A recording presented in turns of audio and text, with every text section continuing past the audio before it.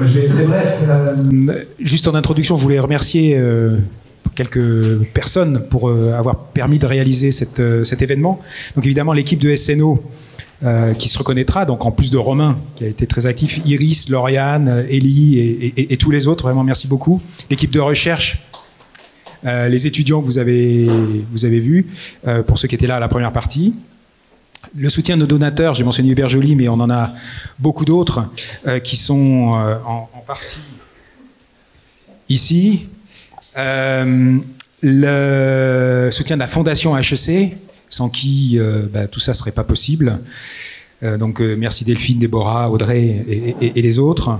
Le soutien aussi de l'Executive Education, Cécile Aragon qui était là tout à l'heure, et son équipe. Le soutien de la direction d'HEC Paris, bien sûr, pour avoir soutenu depuis l'origine SNO, l'Institut SNO. On avait Peter Todd tout à l'heure dans la salle, qui était l'ancien doyen en 2016, qui a vraiment aidé à booster les activités de SNO. Évidemment, le Philanthrolab qui nous accueille, et puis nos deux invités, Denis qui est là, que je vais introduire tout à l'heure, et Mariana. Merci beaucoup. Donc, ok, SNO, bon, 15 ans d'histoire, créé en 2008, suite à la précédente crise. Avec quelques collègues, on s'était senti responsable un petit peu de la crise des subprimes pour avoir enseigné sans vergogne la shareholder value maximization, sans garde-fous, ou alors si on avait mis les garde-fous, ils n'ont pas été utilisés et bien vus par nos étudiants. Aujourd'hui, c'est 3 centres que vous avez à droite, le Climate and Earth, Inclusive Economy et donc le Purpose Center qui organise cet événement. C'est un Impact Lab qui a été créé à l'initiative de Schneider Electric, qui est dirigé par Marike, qui était là tout à l'heure, Marike Husentrut, qui permet de tester les résultats directement dans les sites des entreprises. Marike est là-bas. Ouais, bravo Marike, merci. 60 chercheurs et professeurs qui interviennent dans les différents programmes qu'on a. 7 chaires actives, 11 chaires depuis chaires d'entreprise depuis l'histoire du début de l'histoire de SNO, 25 programmes, des petits programmes comme des académies qui durent quelques semaines, enfin 1 ou 2 semaines, jusqu'à un master en entier qui donc dure 1 année pour 100 élèves. Donc il y a toute une variété de programmes et 2000 étudiants par an qui sont touchés par les activités de SNO. Donc ça, c'est l'Institut SNO. Notre raison d'être à nous, c'est faire émerger un leadership porteur de sens pour un capitalisme responsable. Je passe directement la parole à Romain. Merci. Donc, au sein du centre Purpose, on a des convictions et notamment, et on l'a abordé à travers les keynotes de recherche que vous avez entendues tout à l'heure, et notamment la question de l'alignement. Donc, bien sûr, c'est l'alignement entre les 3 dimensions que vous voyez ici, de la plus personnelle à la plus organisationnelle. En passant donc par la recherche qui creuse notamment le maillon intermédiaire, qui est donc la question de l'équipe, de la traduction du purpose et de son incarnation. Et donc, pour faire ça, donc, on fait des allers-retours entre ces dimensions, ce qui est nécessaire à nos yeux. Donc ça demande donc, de nourrir, par exemple, pour la dimension personnelle, l'intelligence, j'allais dire existentielle, mais aussi émotionnelle, relationnelle de nos étudiants, par exemple. Et aussi de revisiter certaines facettes de la gouvernance ou du management à cette aune du purpose. C'est ce qu'on nomme être pour, c'est la question de la traduction et de l'incarnation concrète du purpose au niveau de l'organisation et du collectif. Donc tout ça, on le fait, vous l'avez compris, à travers la recherche, qui est notre premier pilier. Et ce n'est pas le seul, nous voulons avoir un impact plus large et plus profond, notamment au sein de l'école, dans la formation des managers. Déjà, pour la recherche, vous avez compris, il y a un réseau de chercheurs, de doctorants, il y a des premiers papiers, des premiers chapitres d'ouvrages qui ont été publiés. Mais aussi par l'enseignement, donc, où il s'agit de former donc, des managers conscients et responsables, de les ouvrir aussi à leurs aspirations, de les aider dans leur alignement. Donc en gros, entre ce qu'ils sont et ce qu'ils font ou vont faire. Rodolphe a mentionné les programmes, les modules, la dizaine de modules, notamment spécifiquement sur les sujets purpose. Il y a également une dizaine de cas pédagogiques. Et au niveau du SNO, en fait, l'activité en termes de production de cas représente la moitié des cas publiés à HEC Paris. Et enfin, une somme d'actions diverses, où il s'agit d'inspirer et d'influencer les différents acteurs, pas seulement donc les étudiants, mais aussi tout un écosystème. Et c'est pour ça que nous sommes ravis de vous accueillir aujourd'hui pour que nous vous rencontrions davantage, que vous vous rencontriez davantage aussi. et où nous proposons aussi sur le campus toute une série de conférences, témoignages, rencontres et aussi des immersions. Rodolphe a dit un mot tout à l'heure en clôture de la session de recherche sur ce programme Clarity qui est donc une capitalisation sur la recherche qui permet de nous adresser à des acteurs corporate et qui est donc résumé ici, pas seulement pour le plaisir de l'acrostiche, mais simplement parce que non seulement chacune de ces dimensions est essentielle, mais aussi parce que Clarity signifie et résume ce nécessaire alignement, et non seulement alignement, mais aussi appropriation concrète, c'est-à-dire à tous les niveaux de l'organisation. Est-ce que le manager, est-ce que le collaborateur, non seulement a compris le purpose, le connaît, ce qui est une première chose, mais aussi se l'est approprié concrètement dans ses tâches et ses responsabilités quotidiennes. Voilà, je laisse la parole à Rodolphe, à nouveau. Donc, merci d'être là, et si vous voulez prolonger les conversations autour de Clarity, adressez-vous à Romain, à moi, et aux autres personnes de SNO qui sont dans la salle. Mais nous ne sommes pas là pour parler de Clarity ou de SNO, nous sommes là pour recevoir Denis, donc, que je vais présenter brièvement et remercier de nous faire l'honneur de sa présence. Donc, Denis est ingénieur de formation et a commencé par travailler chez Schneider Electric lors d'une première expérience en Égypte. 2 ans plus tard, il est recruté par Altran pour une mission de conseil auprès de Dassault Electronics. Et à la fin des années 90, il est nommé directeur général d'Altran Technologies en Angleterre. Et en 2002, il prend la direction mondiale du groupe. Changement d'univers en 2007, Denis rejoint Sodexo pour piloter les activités qu'on appelle avantages et récompenses, les tickets restaurants et autres, en Europe centrale et de l'Est, la première étape d'une trajectoire qui te mènera en l'espace d'une dizaine d'années et jusqu'à l'été 2021 à la direction générale du géant des services de qualité de vie. Sodexo. Donc, sous sa gouverne, la multinationale Sodexo, au chiffre d'affaires de près de 20 milliards d'euros, et premier employeur français privé dans le monde, a consolidé son positionnement de leader mondial de la restauration collective et des services de gestion de sites, tout en renforçant fortement ses engagements RSE. Et donc, depuis juillet 2022, Denis est directeur général d'Adecco, le leader mondial des services d'intérim. Cher Denis, tu es reconnu comme un dirigeant non seulement excellent, mais aussi authentique et humaniste, engagé et engageant. Dans l'ouvrage que vous avez peut-être trouvé là-bas, dans l'autre pièce, qu'on a réalisé avec Cécile, qui est la directrice exécutive du centre SNO, de l'Institut SNO, qui s'appelle Enquête de sens. On a interrogé une douzaine de dirigeants et puis une douzaine de participants des programmes d'HEC. Et à la fois Denis et Mariana ont participé à cet ouvrage. Et dans cet ouvrage, donc, tu déclares, c'est l'ancrage dans le sens qui me permet d'éclairer les décisions que j'ai à prendre chaque jour. Et donc c'est vraiment pour ça qu'on a voulu que tu sois là pour notre premier Purpose Day, pour partager avec nous cette philosophie que tu cherches à mettre à l'épreuve chaque jour. Tu ajoutes, c'est précisément dans les moments difficiles que le sens de votre action et celui de votre entreprise ont un rôle presque vital. Et tu l'illustres par les décisions importantes de Sodexo pendant le Covid ou la question de l'arrêt de certaines relations d'affaires. Je me souviens que dans certaines de nos conversations privées, tu parlais de ces choix difficiles lorsqu'au moment du Trumpisme,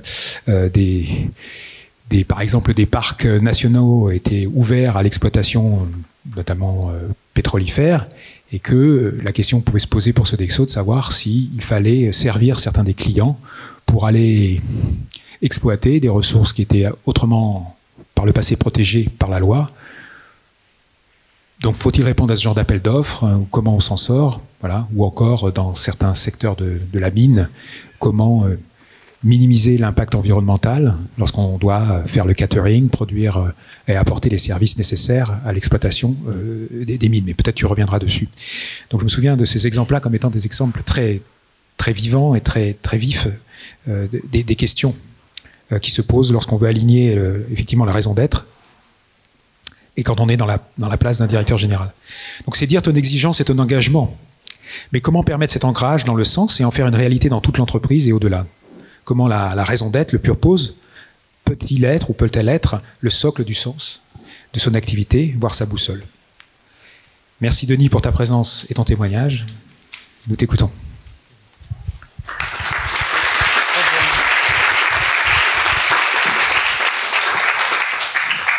Voilà, écoutez, bonsoir à toutes et tous.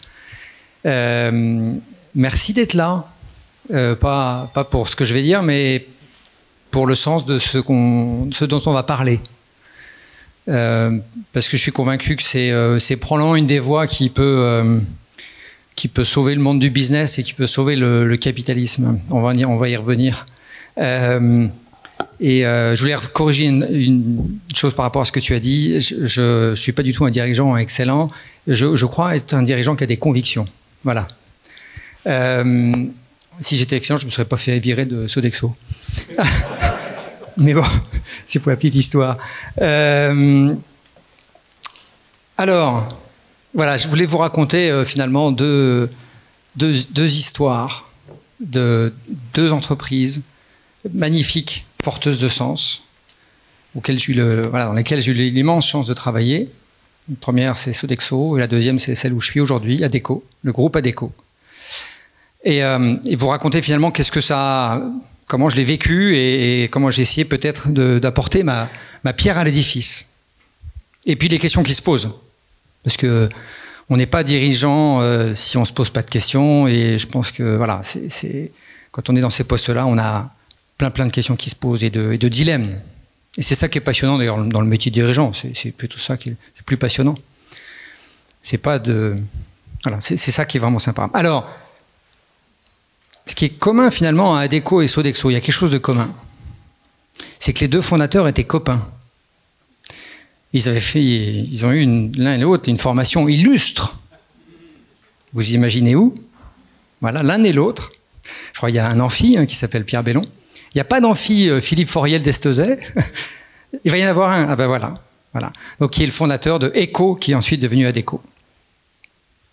Voilà, donc ça, c'est l'un et l'autre. Et passant d'une entreprise à l'autre, j'ai pu voir à quel point l'âme que ces fondateurs ont donnée à l'entreprise et le sens, le purpose qu'ils ont donné très tôt à l'entreprise a une force qui a probablement été une des grandes forces de développement. Alors, avant d'aller un petit peu plus loin sur un certain nombre de sujets qui peuvent être parfois un peu polémiques, je voulais tout de suite aborder une conviction, c'est que je crois au capitalisme. Voilà. Je ne crois pas à sa forme extrême dans laquelle il s'est, je pense, empêtré aujourd'hui, l'hyperfinanciarisation, la déshumanisation. D'ailleurs, donc le sujet d'aujourd'hui, ça va être justement sur aller dans un sens de réhumanisation et peut-être non pas de définanciarisation, mais d'une relation plus saine avec la finance. Voilà, donc je préfère dire tout de suite, parce que si jamais il y a un investisseur dans la salle, j'aurais passé des bons roadshows à l'avenir. Voilà, alors,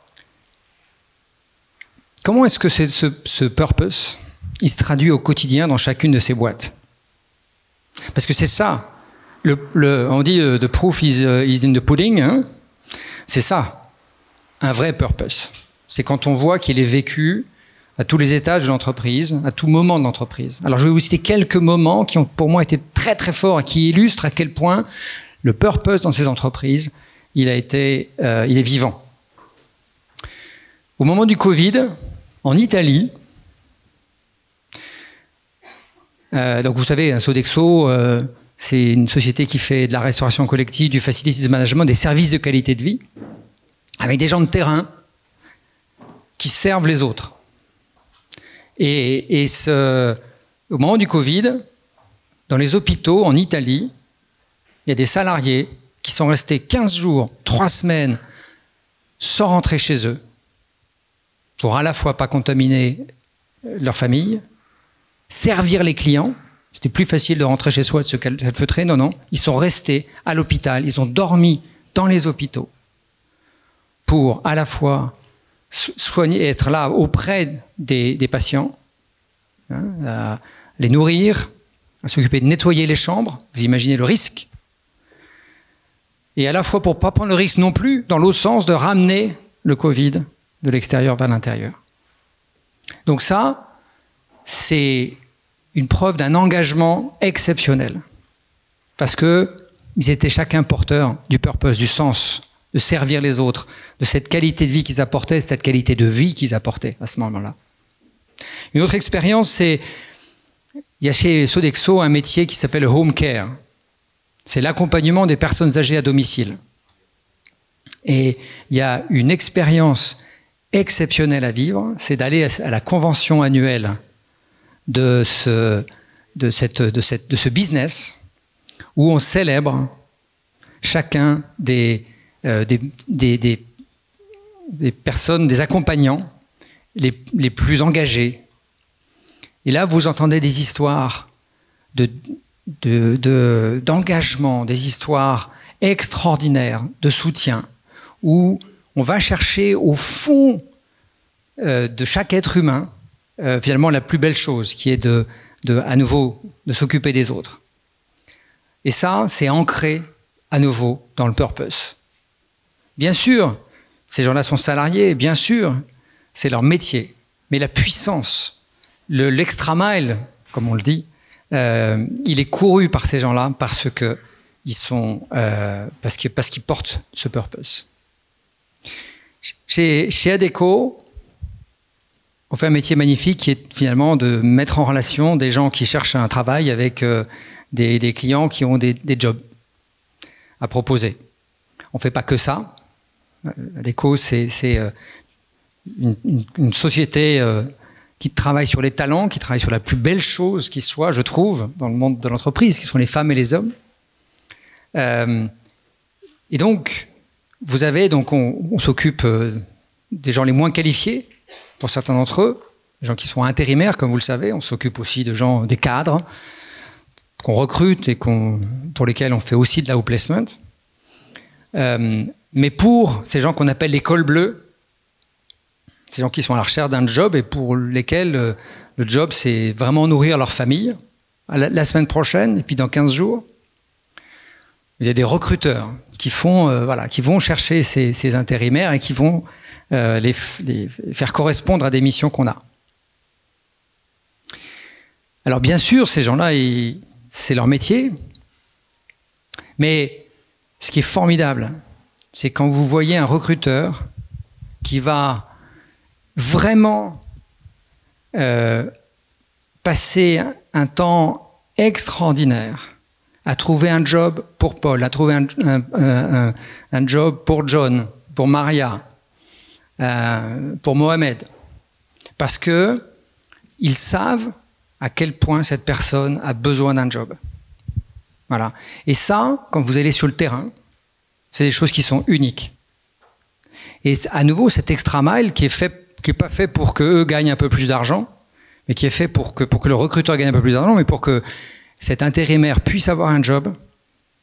Il n'y a que le purpose qui leur fait courir l'extra mile, qui les fait rester jusqu'à 18h ou jusqu'à 20h ou jusqu'à 21h, parce qu'ils ont entendu le besoin de ces personnes-là.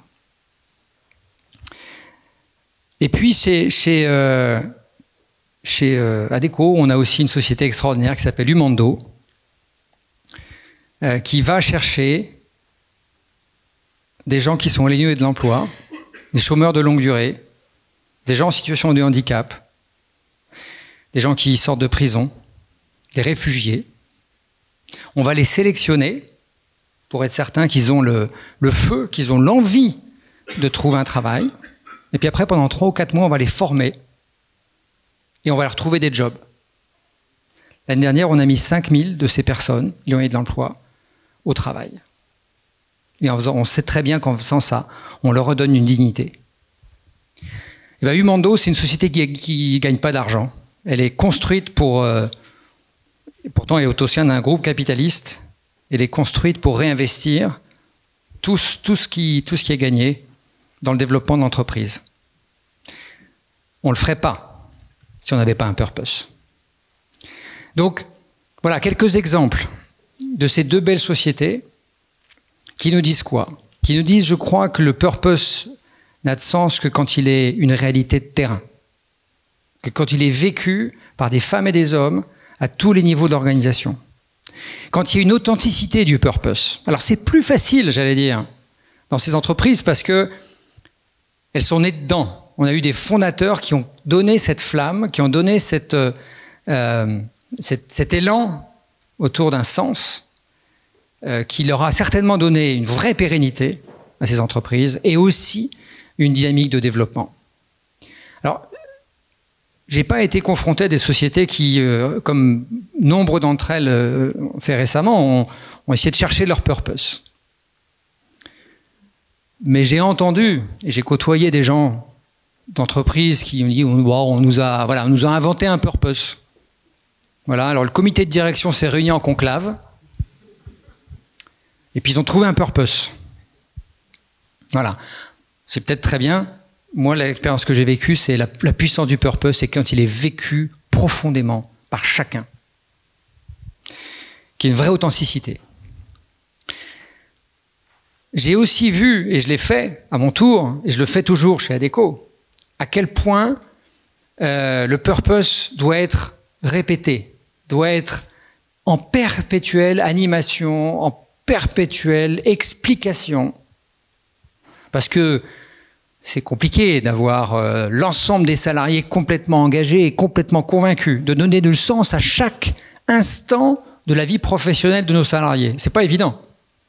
Et donc, c'est aussi une responsabilité du dirigeant. Et ce qui fait qu'un purpose vit dans l'entreprise, c'est parce qu'on le répète constamment. On remet toujours en perspective ce qu'on fait par rapport au sens. Voilà. C'est, je crois, la façon de nous assurer qu'un purpose vit vraiment dans l'entreprise. Parce qu'il y a tellement d'autres choses qui peuvent polluer. Hein, on est pris par tellement d'autres priorités que c'est la responsabilité du dirigeant et des équipes managériales en permanence de le répéter, de mettre tout ça en perspective. Alors, si je prends l'exemple d'Adecco, il y a une vraie complexité, un challenge. C'est que nous, les gens dont on s'occupe, ils vont ensuite avoir une partie de leur vie professionnelle chez les autres. Alors que ce soit les ingénieurs, on a aussi une branche d'ingénierie, on a 45 000 ingénieurs. On a une troisième branche qui s'appelle la CODIS qui travaille sur des projets pour des clients. On a nos intérimaires nos travailleurs temporaires qui vont chez des clients. Et donc il y a une complexité, et je dois dire, je ne suis pas encore certain d'avoir complètement trouvé le chemin, qui est comment est-ce qu'on fait quand on doit, nous, société ancrée dans le sens, quand on va envoyer des gens en mission, dans des sociétés pour lesquelles on peut se poser la question du sens. Voilà. Alors je suis pas certain d'avoir la réponse, que je crois néanmoins que je crois à la capillarité, je crois à la notion d'influence, à la notion de contagion. Et plus on est porteur de messages autour du sens, plus on peut espérer que de proche en proche, cette notion du sens, elle se déploie aussi profondément, elle s'ancre dans tout l'écosystème avec lequel on interagit. Alors je parlais d'une complexité, il y a aussi la complexité du purpose et du profit. Parce que c'est pas simple. Alors il y a une chose à laquelle je crois profondément, c'est en tout cas sur le terrain, il n'y a personne qui court un extra mile pour le profit de l'entreprise. Les gens peuvent courir l'extra mile pour un bonus personnel, mais j'ai jamais vu quelqu'un qui allait courir l'extra mile, qui allait travailler plus tard, parce que l'entreprise allait sortir 7% d'EBIT. Non. Par contre, à nouveau, oui, je reste jusqu'à 21h parce que j'ai tellement de sens dans mon job que je vais faire l'extra mile. Voilà. Donc, c'est pas que ça s'oppose, c'est que c'est au contraire profondément complémentaire, je crois. Et il y a évidemment le profit est nécessaire. Il y a aussi une certaine, si vous me passez l'expression, et je répète, je crois au capitalisme, il y a une certaine vacuité du profit. Je crois que c'est Bertrand Badré qui m'avait cité cet exemple-là, cette anecdote de Rockefeller à qui on avait demandé qu'est-ce qu'être riche. Il avait répondu $1 more. Voilà. Parce qu'on n'est jamais assez, quelque part. Donc il y a une forme de vacuité si le profit n'a pas un sens. Et je voulais partager avec vous une expérience assez édifiante, qui était difficile. J'étais directeur général du groupe, donc chez Sodexo, depuis à peu près 1 an. Et j'ai posé la question à mon comité exécutif, donc des gens qui étaient pour tous depuis longtemps dans l'entreprise, en disant, finalement, c'est quoi le but de l'entreprise? C'est quoi notre but? On était à l'extérieur, en off-site, on était bien. C'est quoi notre but? Et vous avez plus d'un tiers des gens dans l'entreprise, depuis des années, qui répondent le profit. Au comité exécutif, et je ne fais pas un procès de qui que ce soit, société ancrée dans le sens, vous avez le tiers du comité exécutif qui vous dit l'objectif, c'est le profit. Et là, j'ai connu un vrai moment de solitude.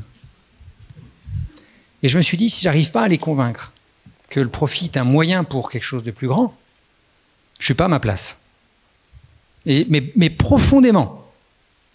Profondément. Et donc, je crois que j'ai été les chercher un par un en expliquant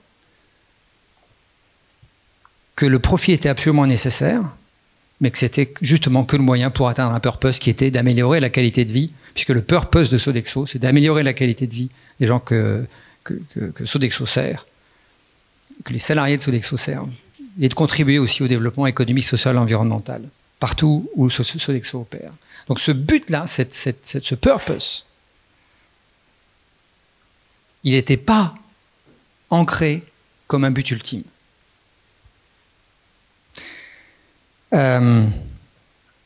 Alors ça pose des questions sur quelles sont les conséquences sur les décisions business. Comment est-ce qu'on éclaire les décisions du business quand on a un purpose? Et jusqu'où on s'arrête, enfin jusqu'où on va, pardon. Quand est-ce qu'on s'arrête? Je me souviens d'être face à des business models dans ma vie chez Sodexo qui étaient hyper intéressants.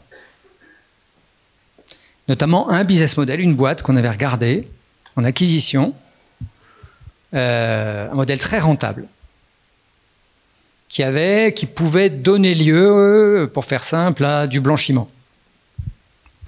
Mais en toute petite partie du truc. Voilà. Et donc à quel moment on dit...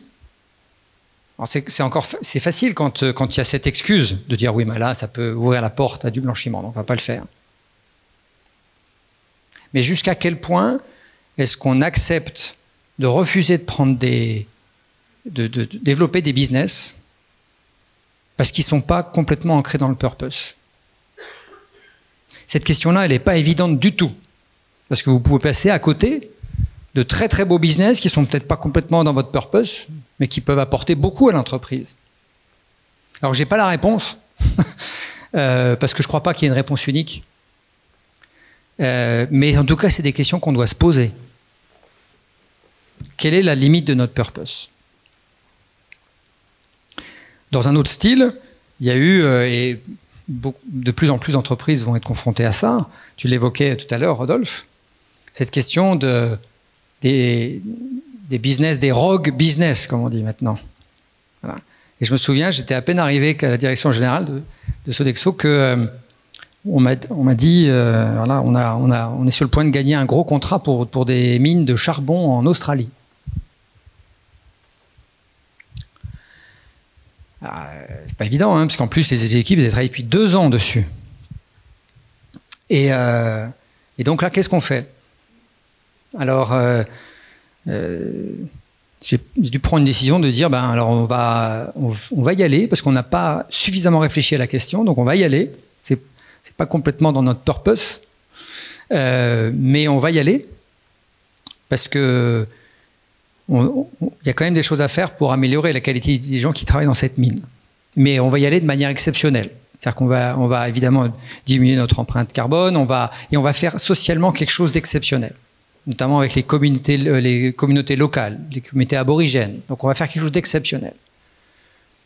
Et puis en même temps, on va se poser la question de est-ce qu'il faut continuer dans le charbon. On va vraiment se poser la question. Et donc, 1 an plus tard, en ayant bien creusé le sujet, on s'est dit on ne continuera pas. Et là, ce qui a été très fort, c'est qu'on a donc annoncé aux clients qu'on allait, à la fin du contrat, qu'on ne renouvellerait pas. Et on l'a annoncé aussi aux équipes locales. Et les équipes, elles nous ont dit, mais vous nous laissez tomber. C'est dégueulasse. Parce que nous, la mine, elle va continuer. Et puis donc, il y a probablement un acteur local qui va reprendre le business. Et nous, on va devenir quoi? On va être moins bien traités. On va être... voilà, on n'aura pas ces avantages que vous avez mis en place. On n'aura plus ça. Donc, vous nous laissez tomber comme des vieilles chaussettes pour votre réputation. Voilà. Donc, je n'ai pas la réponse, mais c'était un moment de solitude. Donc, voilà, c'est pas toujours facile. Alors, peut-être un petit mot, donc purpose et profit, les limites du purpose, et qu'est-ce que ça veut dire en termes de leadership, en termes déjà de politique de ressources humaines. Quand on a un purpose, alors ça sert, je suis convaincu que ça sert à avoir un bon narratif s'il est authentique, ce purpose, ça sert à avoir un bon narratif pour recruter des gens. Le purpose d'Adecco, c'est de make the future work for everyone. S'assurer que les gens aient une carrière, aient un futur professionnel. C'est un purpose magnifique. Et on sait que ça fait partie des... Quand on l'annonce, quand on le dit, préparer des carrières pour le futur, c'est quelque chose qui est attirant. Maintenant, comment ça se traduit derrière en politique RH sur les promotions, par exemple? Comment est-ce qu'on s'assure que les gens qui grandissent dans l'entreprise, qui deviennent progressivement des leaders, des dirigeants, comment est-ce qu'on s'assure qu'ils sont profondément ancrés dans le purpose, si on y croit vraiment? C'est une vraie question. Ce que je crois, c'est qu'il faut un alignement au maximum à tous les échelons de l'entreprise, en tout cas évidemment dans le leadership. Il faut un élément pour être capable de prendre ces bonnes décisions face à toutes ces questions qui peuvent se poser, ces situations qui peuvent se présenter. Et cet alignement, il crée une cohérence d'entreprise. C'est ça qui donne la force du purpose, du vrai purpose, du purpose authentique, du purpose vécu. Cet alignement, il doit être explicite, il doit être authentique. Et quand ce que j'ai pu voir, c'est quand l'alignement il est authentique, quand il est explicite, il crée de la confiance. Et trust is the new currency. Le monde souffre aujourd'hui d'un manque terrible de confiance. Le monde des affaires également.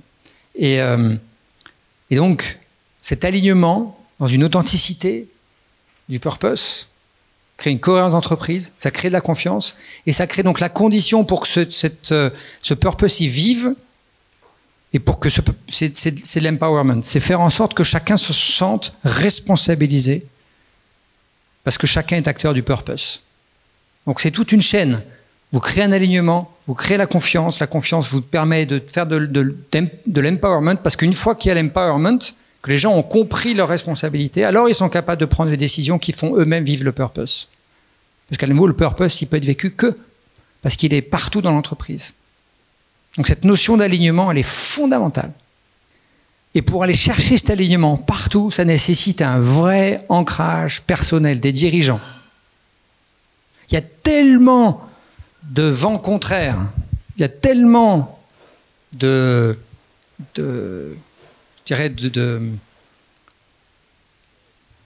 d'influence.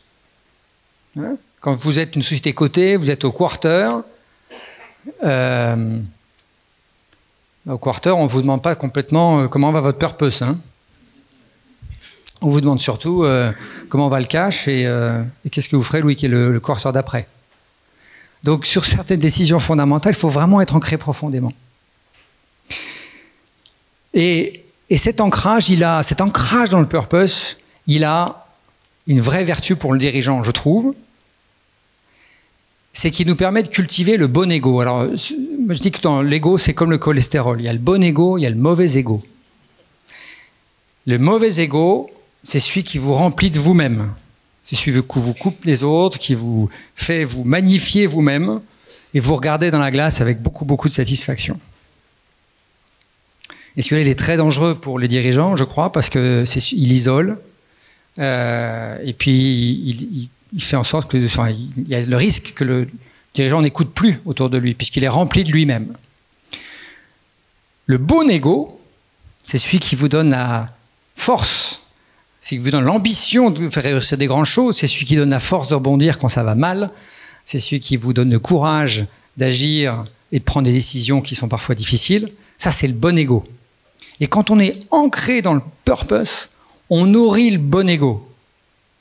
Voilà, celui qui vous fait réaliser qu'on est tous des acteurs de quelque chose de beaucoup plus grand que nous. Et que ce soit Pierre Bellon ou que ce soit Philippe Fauriel d'Essezet, pour l'avoir beaucoup entendu de Pierre Bellon, dit, mais moi j'ai construit quelque chose qui m'a complètement dépassé chez Sodexo.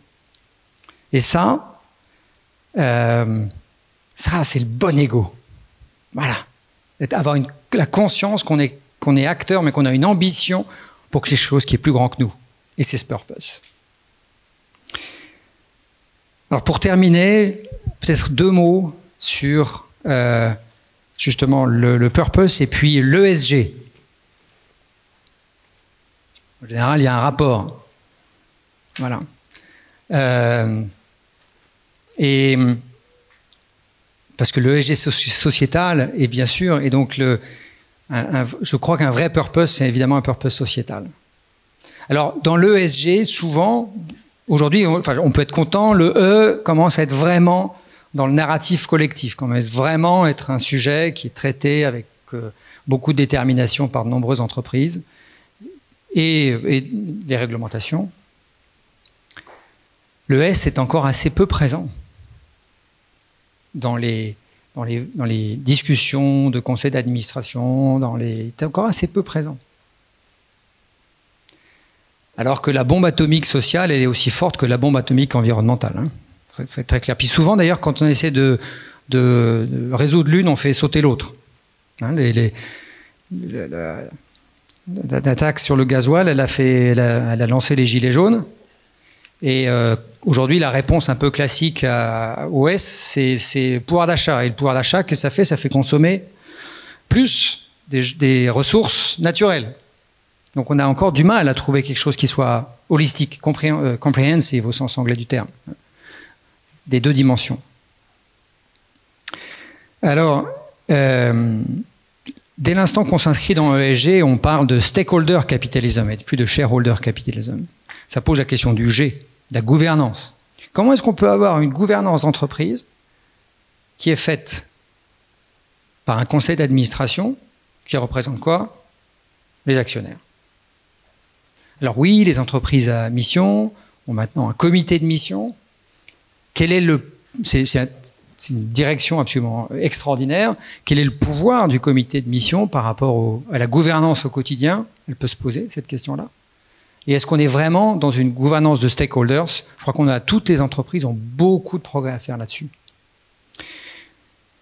Et je terminerai juste par une conviction telle que nous pouvons la vivre à nouveau dans notre purpose chez Adecco, qui est de make the future work for everyone.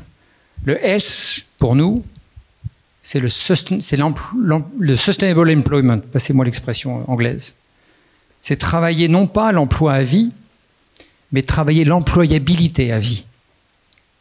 Et ce n'est pas uniquement notre responsabilité, c'est évidemment écosystémique.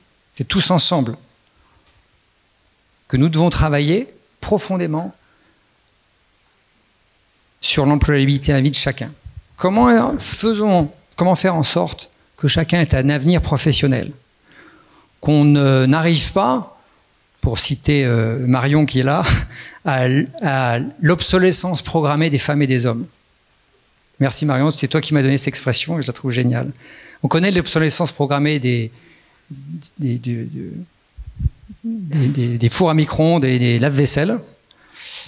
Il y a beaucoup d'entreprises qui, sans vraiment le réaliser, emmènent leurs salariés vers de l'obsolescence programmée. Or, les challenges sur les talents que nous avons tous devant nous sont majeurs. La responsabilité fondamentale de l'entreprise, justement, ce à quoi nous croyons, une partie de notre purpose, qui est de make the future work for everyone. Comment est-ce qu'on l'incarne profondément? C'est en essayant à chaque fois de nous assurer que les gens avec lesquels on interagit, les gens que nous aidons, les gens à qui nous trouvons des horizons et des avenirs, eh bien, on les prépare pour l'avenir, on les prépare pour le futur, on les prépare pour demain. Voilà, quelques convictions sur le sujet du purpose. Merci beaucoup à vous.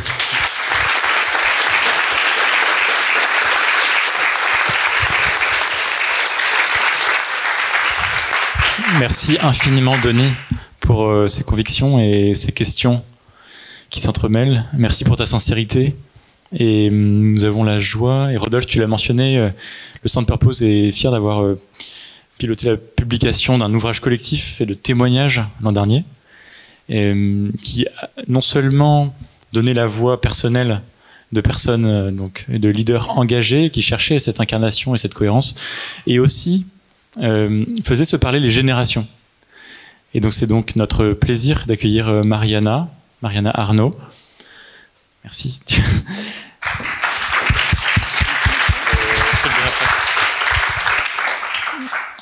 Mariana, merci d'être là. Tu as un sacré parcours, tu vas nous en dire un petit peu plus. Tu es diplômée du MBA d'HEC tout récemment. Oui. Tu as déjà une carrière, comme on dit, avec des responsabilités internationales dans plusieurs secteurs, automobile, luxe notamment. Et tu es d'origine portugaise, tu vis à Paris maintenant, et tu vas nous raconter ta recherche de sens, son articulation avec tes engagements professionnels. Et donc nous avons bénéficié aussi de ta contribution dans ce livre, auquel Denis, tu as aussi gentiment participé. Tu répondais à Hubert Joly, qui partageait en fait ses convictions sur le leadership porteur de sens. Donc nous serons heureux de savoir où tu en es aujourd'hui, et que aussi vous puissiez donc dialoguer dans cette recherche authentique. Merci à tous les deux. Super. Merci, bonsoir. Je commence avec une petite introduction. Alors, je suis portugaise et j'ai fini mon MBA à HEC, ça fait 1 an. Ma carrière avant mon MBA était faite au sein de grandes entreprises, Volkswagen. Oui. J'ai travaillé chez Volkswagen, chez KPMG en faisant des projets de transformation digitale et innovation. Et j'ai vécu un peu partout dans le monde, à New York, Milan, Londres, Lisbonne. Et j'ai décidé de faire cet MBA pour pivoter ma carrière. Et maintenant, je suis entrepreneuse.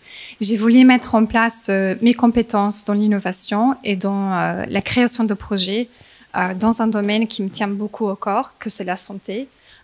En spécifique l'oncologie. Et donc cette semaine, je suis en train de lancer un nouveau projet aux États-Unis qui est une clinique d'oncologie digitale.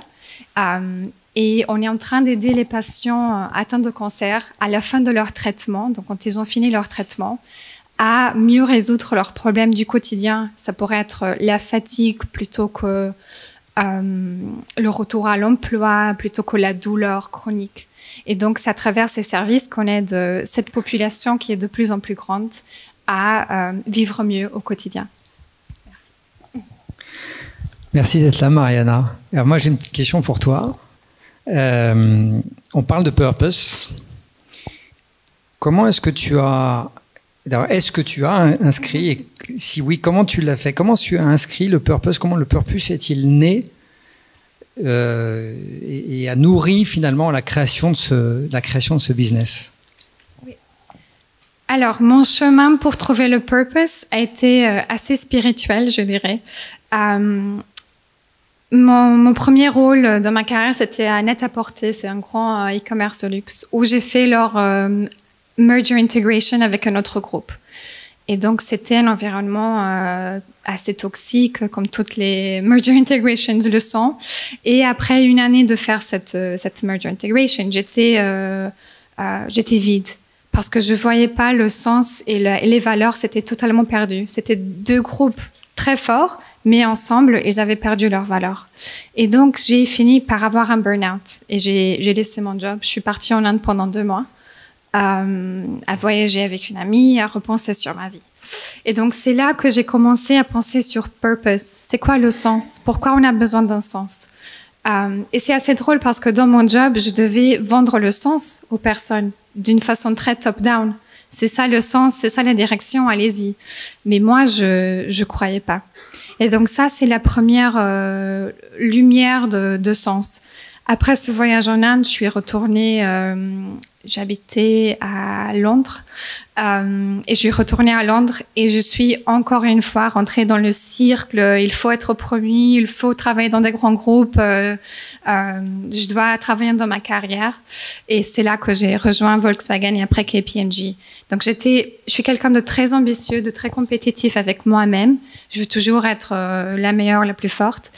Et donc, ça a été très difficile pour moi de réussir à mettre ça, que c'est mon ego mauvais, c'est un peu ce que tu disais avant, et le rebalancer. Et je l'ai fait grâce à cette premier voyage en Inde qui s'est suivi par d'autres voyages, et grâce au yoga, grâce à comprendre mieux le bouddhisme, où j'ai laissé de vivre pour faire, et j'ai commencé à vivre pour être.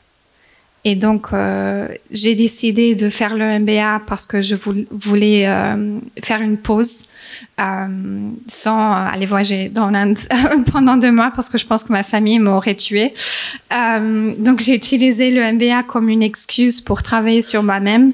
Je savais très bien que je voulais faire quelque chose d'entrepreneurial. Je suis pas faite pour la culture corporate. Et donc, c'est là que j'ai pensé la santé. Et dans la santé, je pensais l'oncologie parce que c'est quelque chose de très proche que j'ai vécu dans ma famille. Et donc, comment est-ce que je peux résoudre les problèmes que moi-même je connais? Et donc, c'est là que mes projets sont nés. Alors, tu fais partie d'une génération qui est pas la mienne ou la nôtre, pour ceux qui sont de ma génération. On peut dire que notre génération, elle est loin d'avoir été exemplaire sur les aspects d'impact. Et donc, on laisse une situation qui a besoin d'être retravaillée. Comment est-ce que toi, tu vis justement une partie de la responsabilité qui vous incombe et de l'héritage qu'on vous laisse, même si on n'a pas fini, ma génération n'a pas fini de s'impliquer. Néanmoins, comment est-ce que tu le vis? Comment est-ce que tu crois que cette génération, justement, prend en compte ces dimensions de purpose? Est-ce qu'il y a une homogénéité? Est-ce que... voilà, quelle est ta vision là-dessus? Et comment est-ce que tu le vis, toi, sur ce challenge d'héritage? Alors, la façon dont je le vis, moi, c'est de me rappeler c'est quoi mon empreinte dans tous les jours. Et donc, je suis une consommatrice très attentive à mon empreinte de sustainabilité, de écologie, de qu'est-ce que je mange, qu'est-ce que j'achète, comment je gaspille ou je gaspille pas. Et aussi de comment est-ce que je peux avoir un impact et résoudre des problèmes qui existent. Et donc, je l'ai fait avec ma carrière. Tu as demandé si ma génération est polarisée ou pas. On a discuté un peu ça ensemble avant. Je pense qu'elle est très, très polarisée.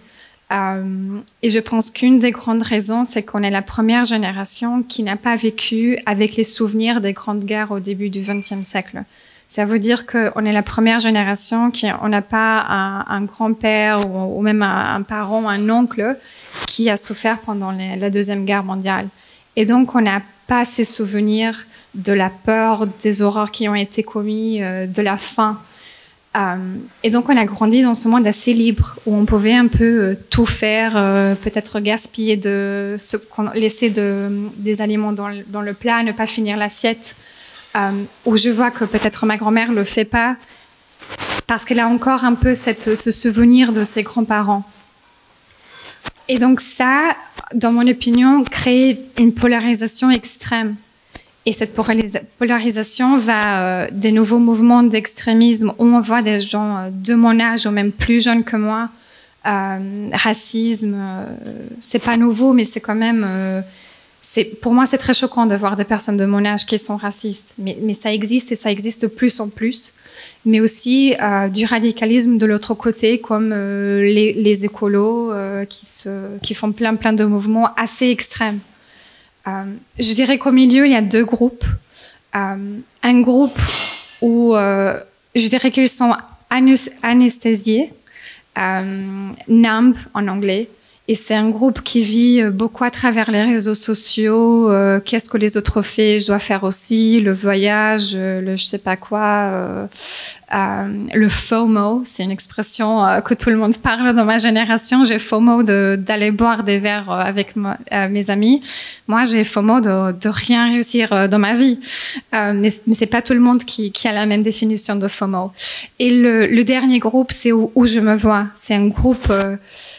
où je pense qu'on commence à avoir du bon sens en commun et on essaie avec ce bon sens de prendre des décisions plus responsables et on pense à quel impact nos décisions vont avoir, soit dans la vie personnelle mais aussi dans la vie professionnelle.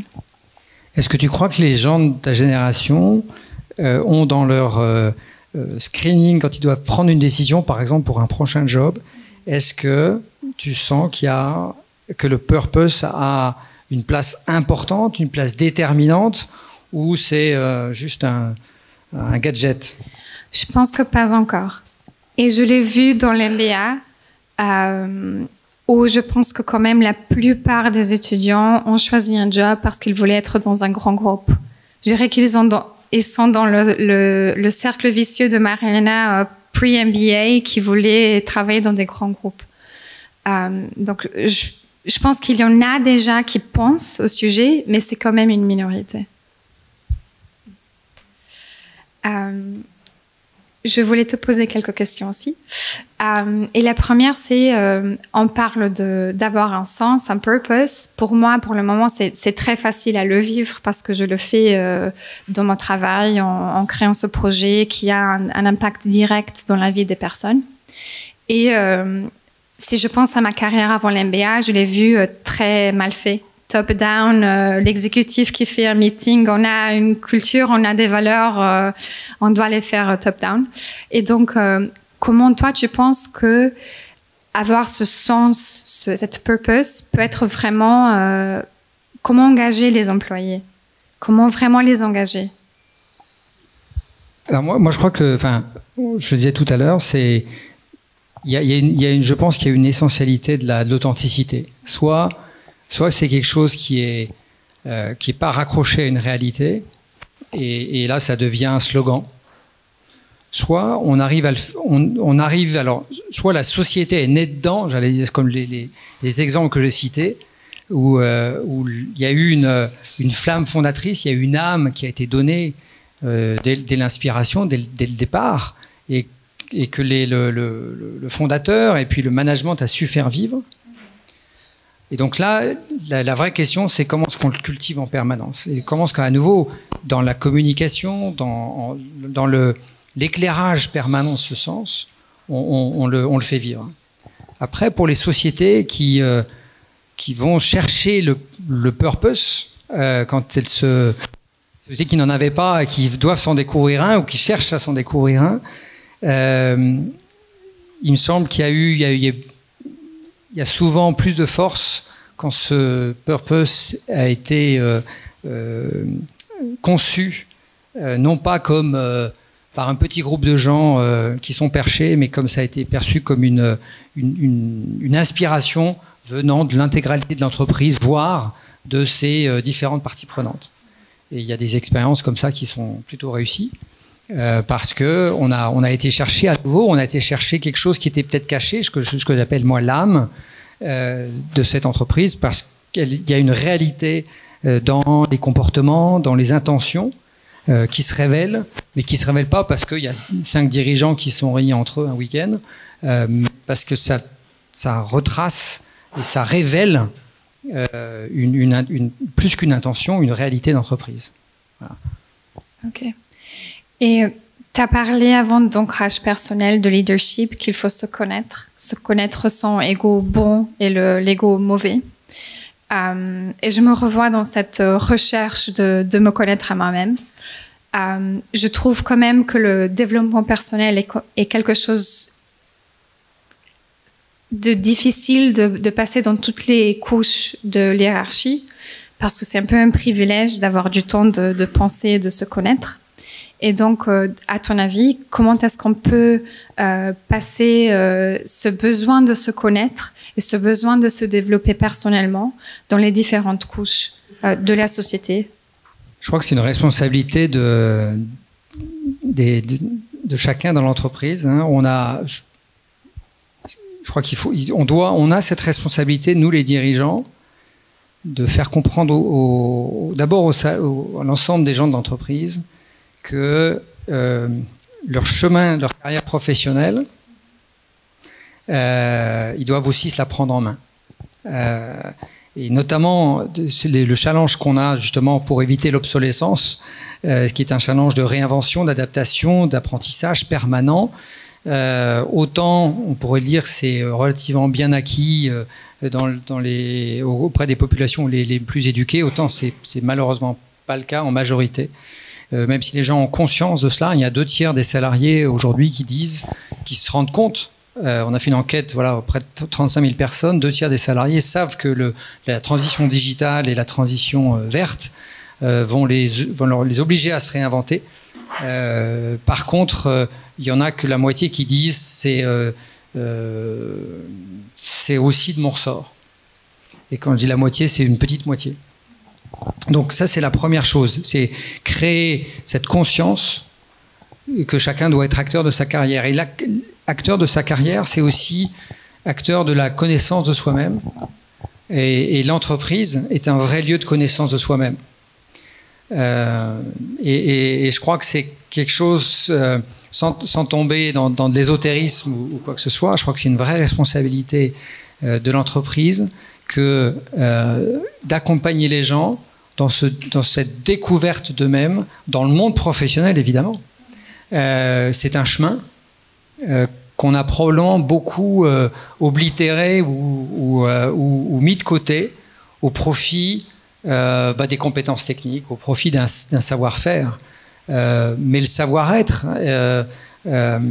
et à quel point on peut utiliser sa carrière comme un moteur de connaissances personnelles qui nous rend d'ailleurs meilleurs professionnellement, c'est quelque chose qui est finalement encore assez peu discuté en entreprise et qui pourtant est fondamental.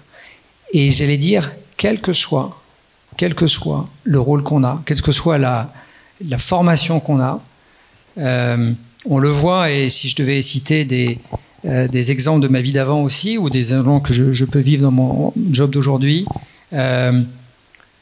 quand on automatise les caisses d'un restaurant d'entreprise, que devient la caissière?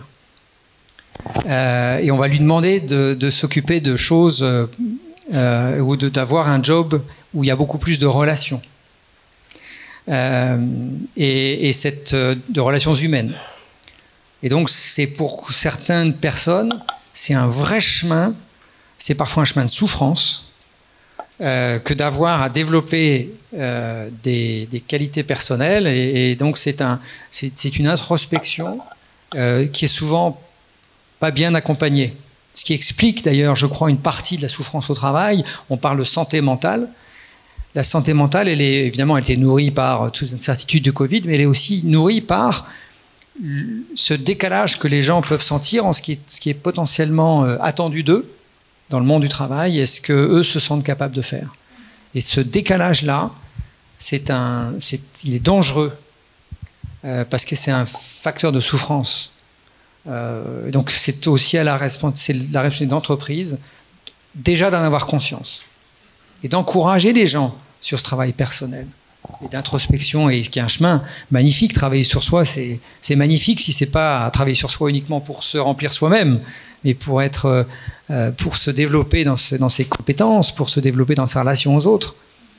Et c'est vrai que c'est pas quelque chose qui est aujourd'hui un narratif très très développé dans l'entreprise. C'est vrai. Et je l'ai vu dans les projets de transformation digitale. Parce qu'à la fin, beaucoup de mes projets chez KPMG, c'était vous faites ce travail de finance, là, on va créer un algorithme qui le fait. Et donc, c'était substituer certains rôles et essayer de trouver d'autres rôles pour ces employés. Et c'est surtout le fait que ces employés se définissent comme le faire et pas l'être. Ils ne savent pas qu'est-ce que c'est leur être. Et je trouve que ce travail de connaître notre être, c'est un travail qui aura un impact énorme dans la société, être mieux parents, être mieux famille, être mieux amis. Et donc, je trouve que c'est hyper, hyper important. Une dernière question, peut-être rapide. Non? C'est fini? Ok. Non, vous savez. Question de ça. Ok.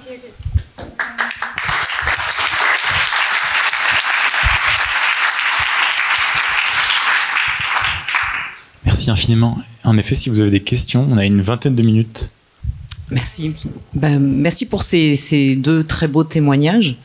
J'avais une question lors de votre... pour Denis Hatchuel, lors de votre transition, enfin votre passage de Sodexo à Adecco, est-ce que vous avez prêté attention à cet enjeu énorme de gouvernance et de posture du conseil d'administration dans sa capacité à accompagner cette envie que vous aviez de développer un purpose ambitieux et effectivement, comment cette relation s'établit au quotidien, parce qu'on sait bien que le conseil d'administration, au final, a un peu le droit de regard sur jusqu'à quel point le purpose restera dans les placards et confiné aux impératifs de performance économique ou effectivement de réaliser son but transformatif. Oui, alors quand j'ai quitté Sodexo, j'étais triste de partir. Parce que j'ai beaucoup aimé ce métier, j'ai beaucoup aimé les femmes et les hommes, j'ai beaucoup aimé les valeurs. Donc c'était un moment de tristesse. Mais aussi un moyen de clairvoyance où je me suis dit, quoi qu'il arrive, ce que je veux retrouver, j'avais envie de retrouver un job de dirigeant parce que c'est quand même un poste où on peut avoir de l'impact. Et c'est ça qui m'intéressait, c'est d'avoir de l'impact. J'avais tout de suite dit aux gens que je rencontrais, j'ai envie de diriger quelque chose, qu'est-ce que soit la taille. Sodexo, ça faisait 20 milliards. Je pouvais prendre un coach à 50 millions du moment qu'il y avait quelque chose à faire et qu'il y avait un impact. Donc, et je m'étais dit, je ne ferai pas de compromis sur deux choses, les valeurs de l'entreprise et le purpose. Et ça a toujours guidé à la fois les discussions que j'avais avec les gens, donc je pense, ça a fermé des portes. Parce que j'ai tout de suite été très explicite sur ce que j'attendais. Mais au moins, je me sentais... j'étais dans mon ancrage. Et ce qui était intéressant, c'est que justement, pour votre question, dans chacune des discussions que j'ai eues avec les membres du conseil d'administration du groupe Adecco, parce que je les ai tous rencontrés au cours de mon processus de recrutement, à chaque fois, je suis allé sur les valeurs et sur le purpose. Et j'ai senti... chez chacun d'entre eux une vraie conviction d'équilibre. Je parlais purpose et profit. Il n'y en a aucun qui m'a dit non mais nous voilà, on se fiche de la performance économique. Tous ont été évidemment sur la performance économique, mais tous ont dit on veut aller plus loin dans le purpose. Nous croyons à cet ancrage de make the future work for everyone. Il faut le faire vivre, il faut aller plus loin. Et c'est ça qui m'a rassuré. Et d'ailleurs, je n'ai pas trouvé de différence entre ce qu'on m'a dit et sur la situation que j'ai trouvée en arrivant. Et merci beaucoup. Et juste pour compléter, vous évoquiez cette question de est-ce que le purpose peut prendre corps si le conseil d'administration est juste représenté par des actionnaires. Est-ce que vous avez une vision de ce que serait la composition du conseil d'administration idéal? Alors, je vais parler plus à titre personnel que je veux pas, vous savez, toujours en représentation de son entreprise. Mais je pense que faire venir dans les conseils justement des membres de parties prenantes de l'entreprise. Alors là, comment dirais-je, Adecco est une société de droit suisse, donc cotée à Zurich. En France, on a des représentants des salariés dans les conseils d'administration, qui je crois est une bonne chose. Voilà, est-ce qu'il faut faire rentrer au conseil d'administration ou trouver des instances autour de ce conseil qui éclairent sur justement les politiques sociales, qui éclairent sur l'impact environnemental, ce qu'on retrouve un petit peu dans les comités de mission de la loi Pacte. Je crois que c'est quelque chose qu'il faut faire, sur lequel il faudrait qu'on accélère. Ouais. Mais ça veut dire faire entrer, on l'a vu, à quel point quand les conseils d'administration renouvellent, à quel point les discussions changent. Je me souviens toujours, et pour venir sur la parité homme-femme, un partenaire de PwC qui me disait « Tu n'imagines pas à quel point, ayant vu les conseils d'administration avant et voyant maintenant, à quel point l'arrivée des femmes grâce à la loi Copé-Zimmermann a fait changer les discussions dans les conseils d'administration. » Donc dès l'instant qu'on fait rentrer dans ces instants de discussion des profils nouveaux, des angles, des perspectives nouveaux, des angles différents, on renouvelle le débat, on s'ouvre à des choses auxquelles on ne pensait pas. Et je crois que ça va être nécessaire de plus en plus dans les années qui viennent. Bonsoir. Merci pour vos témoignages inspirants. Vous avez évoqué, M. Meschel, tout à l'heure, l'importance de l'alignement du purpose à tous les étages de l'entreprise. Alors vous l'incarnez parce que vous êtes, parce que vous faites. Comment vous faites pour que concrètement, à tous les étages, ça soit aussi vécu et incarné pour que c'est la force et l'impact que vous souhaitez? C'est super dur, hein. C'est super dur. À nouveau, c'est bien sûr le répéter en permanence. Et moi, j'ai été très très marqué par mon prédécesseur à la tête du groupe Sodexo, qui s'appelle Michel Andel, qui est un homme formidable. Et je le voyais chaque fois qu'il prenait la parole, il allait toujours redémarrer sur, voilà, on se réancre dans notre purpose. Voilà, on est là chez Sodexo, on est là pour améliorer la qualité de vie des gens que nous servons et contribuer, etc. Voilà. Et à chaque fois qu'il prenait la parole, partout, c'est ça. Donc il y a un côté incantation nécessaire que j'ai repris à mon compte ensuite et que j'essaye de faire vivre aussi chez Adecco. Et à chaque fois que je prends la parole, je reviens toujours sur voilà pourquoi. Et à chaque fois, essayer de relier, quand vous êtes au contact du terrain de chacun, à chaque fois le relier à la réalité de chacun. Comment est-ce que vous contribuez tous, par exemple au sein du groupe Adecco, à Make the Future Work for Everyone? Et par exemple, si je me promène chez Acodis, donc la partie ingénierie de l'entreprise, où on a des ingénieurs qui travaillent sur des projets, des projets de l'avenir, en travaillant sur ces projets, là, vous travaillez aussi sur un futur pour chacun, parce que vous travaillez sur l'avenir. Voilà, donc à chaque fois, essayer de trouver cette relation permanente, toujours cet éclairage, parce qu'il n'y a que comme ça. Et puis, je crois qu'il faut être capable de prendre des décisions sur des gens qui sont pas dans l'alignement, soit de manière ou qui sont orthogonaux. Voilà. Alors c'est comme à la voile, hein. Parfois on peut pas aller tout droit, donc il faut louvoyer un peu. Donc tout le monde n'est pas complètement dans la même direction, mais enfin tout le monde n'est pas tous alignés comme ça. Voilà. Il peut y avoir des gens qui prennent mais l'important, c'est qu'on soit tous globalement dans une même direction. Par contre, s'il y a des gens orthogonaux, je crois qu'il faut être capable de prendre des décisions. Sophie Faujour, VPA, réseau des fondations et des investisseurs pour l'impact. On a une centaine de multinationales membres au sein de notre réseau européen. Et alors, j'avais 2 petites questions. La première, c'est comment notre réseau championne beaucoup toute l'approche qui a été que vous avez évoquée, tout le travail des SNO. On est très alignés. Ils sont membres d'ailleurs de VPA. Donc mes 2 questions, c'est premièrement comment valorisent les equity analystes dans les roadshows l'incarnation et la mise au centre du business model du Purpose. Et puis deuxièmement, on voit que voilà, une société comme Shell a été attaquée dans son COMEX l'année dernière. Cette année, en janvier, ça a été carrément le board. Et alors, ça a été très iconique parce qu'ils ont perdu contre le tribunal d'Amsterdam. Donc, est-ce qu'on va voir du coup une accélération de fait de toutes ces politiques ESG qui vont être plus ambitieuses et servir ce purpose? Donc quelque part c'est la carotte et le bâton, mais est-ce que ça va accélérer les choses? Je sais pas. Je sais pas parce que c'est pour ça qu'on a besoin d'être collés serrés et puis de se serrer les coudes pour tous ceux qui sont convaincus. Un chiffre tout simple, 500 de mémoire, hein, je ne veux pas dire de bêtises et je parle sous autocontrôle, Rodolphe tu sais ça mieux que moi, je crois que les fonds ESG c'est 500 milliards et l'ensemble des fonds, enfin des actifs sous gestion c'est 50 000 milliards. Je crois qu'il y a un rapport de 1 à 100, je ne veux pas dire de bêtises, c'est pas ça?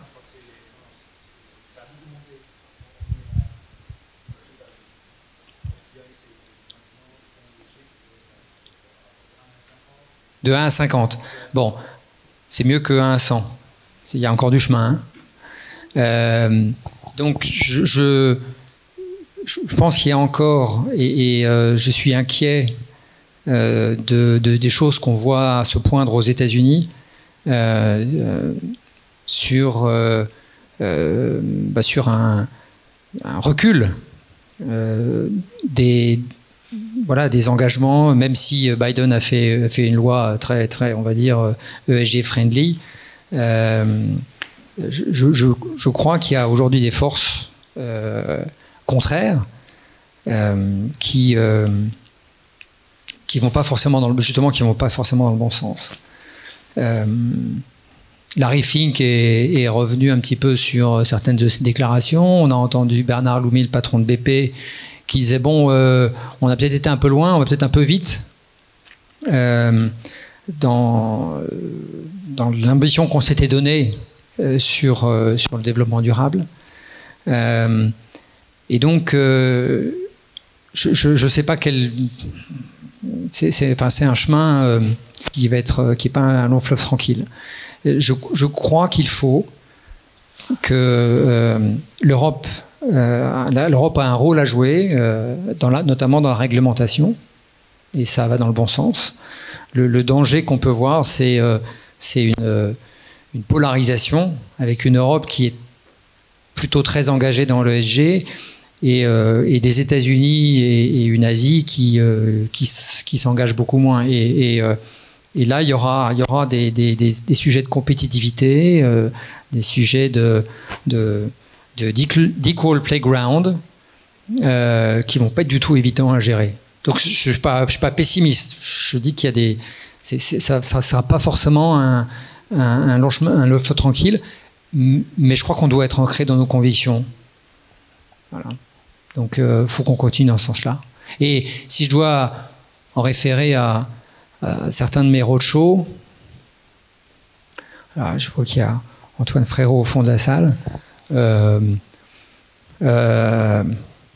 Alors oui, sur l'ESG, on n'a quand même pas encore beaucoup de questions. Hein.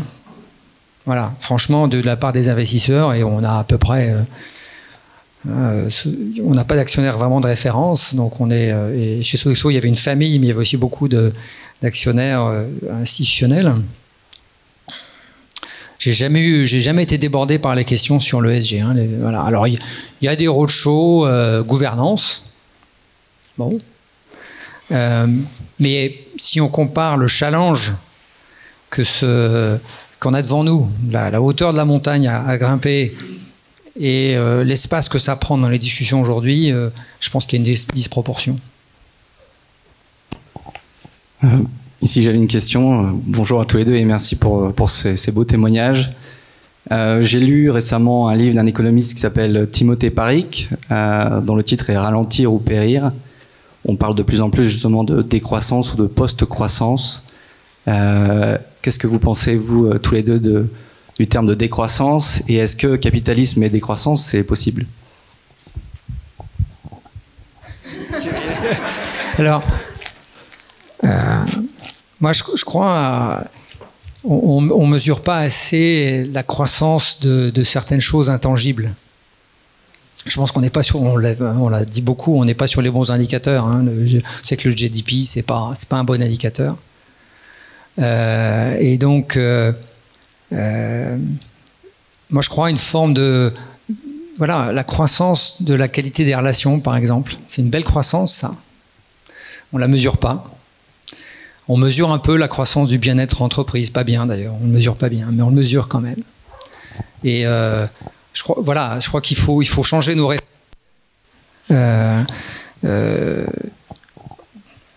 La croissance, elle va être intrinsèquement liée au nombre d'êtres humains sur Terre. Elle va être liée à tout un tas d'autres indicateurs, mais je crois qu'il faut aller justement chercher une croissance des intangibles. C'est ça la plus belle croissance. Récemment, je suis en train de recruter un CTO et j'étais en train de faire un entretien avec un potentiel CTO et je lui ai demandé c'est quoi ta vision pour ta vie, et il m'a répondu je crois dans la décroissance. Et donc moi je veux trouver un job où je peux vivre à la montagne, travailler 5 heures par jour et je suis content comme ça. Et ça a été la première fois que j'ai écouté le mot décroissance, et donc c'était très curieux de voir quand même l'utiliser dans ce type d'entretien. À la fin, je suis dans une start-up qui veut croître et ce CTO me dit il est contre la croissance d'une certaine façon. Donc ça a été assez intéressant. Aussi son récit de la décroissance, c'est aussi ne pas allonger la vie de personnes qui ont des problèmes de santé, par exemple. Donc ça a été assez intéressant. Ma première expérience avec la décroissance, c'est tout ce que j'ai à partager. Et je voudrais juste compléter par une chose. Moi, je crois à la croissance de l'impact. Et d'ailleurs, quand je suis arrivé à la tête du groupe ADECO, on était un petit peu en panne de croissance. Et le narratif que j'ai eu, c'est de dire on fait un métier, on le fait d'une belle manière. Et justement, pourquoi est-ce qu'il faut qu'on grandisse? Parce qu'on peut montrer qu'on peut croître en ayant de la croissance, on va développer un impact positif auprès des gens dont nous nous occupons. Et ça, c'est de la belle croissance.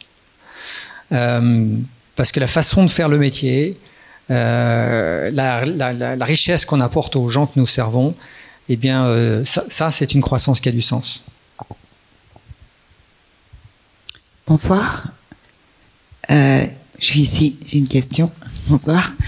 Quels sont selon vous les facteurs positifs qui peuvent modifier ou faire évoluer le sens d'une entreprise? Waouh. Ah, je suis contente, j'ai un waouh. Non, mais il y en a plein. Ça dépend du métier de l'entreprise. Ça dépend. Moi, j'irais sur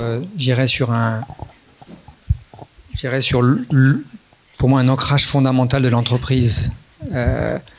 C'est les femmes et les hommes. Et donc, faire évoluer le sens de l'entreprise, c'est de faire en sorte que chaque femme et chaque homme, justement, comprennent est un avenir, comprenne sa contribution à un élan général, soit reconnu pour qui elle ou il est, et se sentent incluses dans une histoire commune.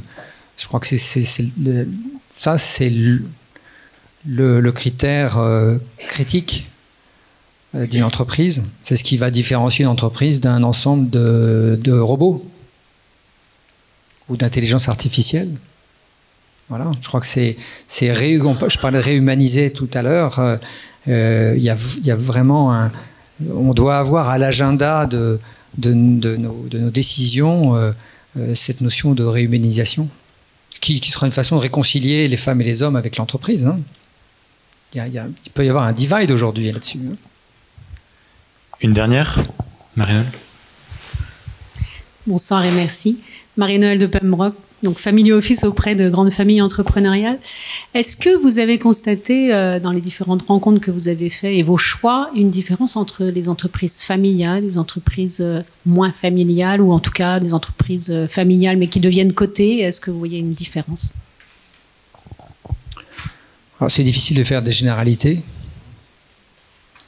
Ce qu'on trouve, pour avoir côtoyé notamment une entreprise de très près,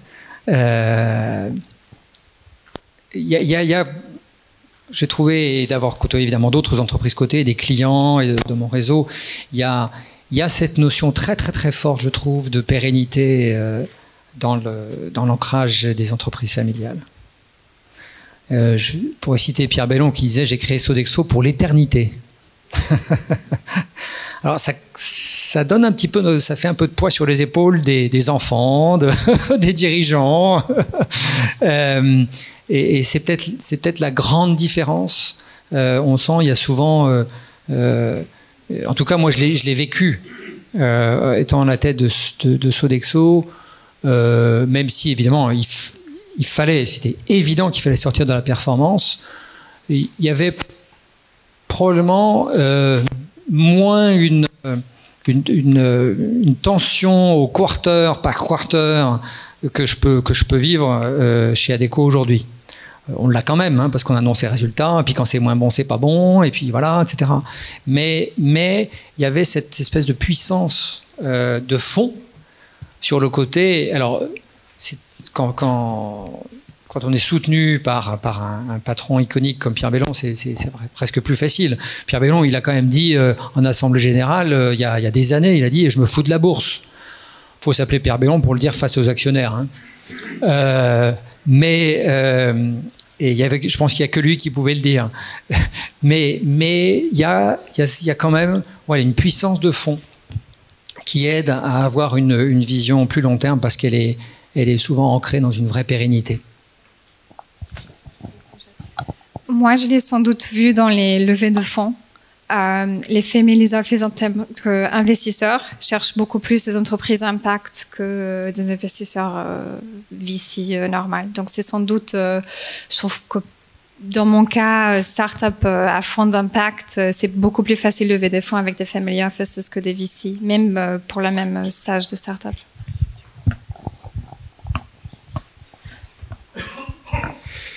Merci beaucoup. Nous sommes très heureux de vos deux témoignages. Je pense qu'on peut vous applaudir.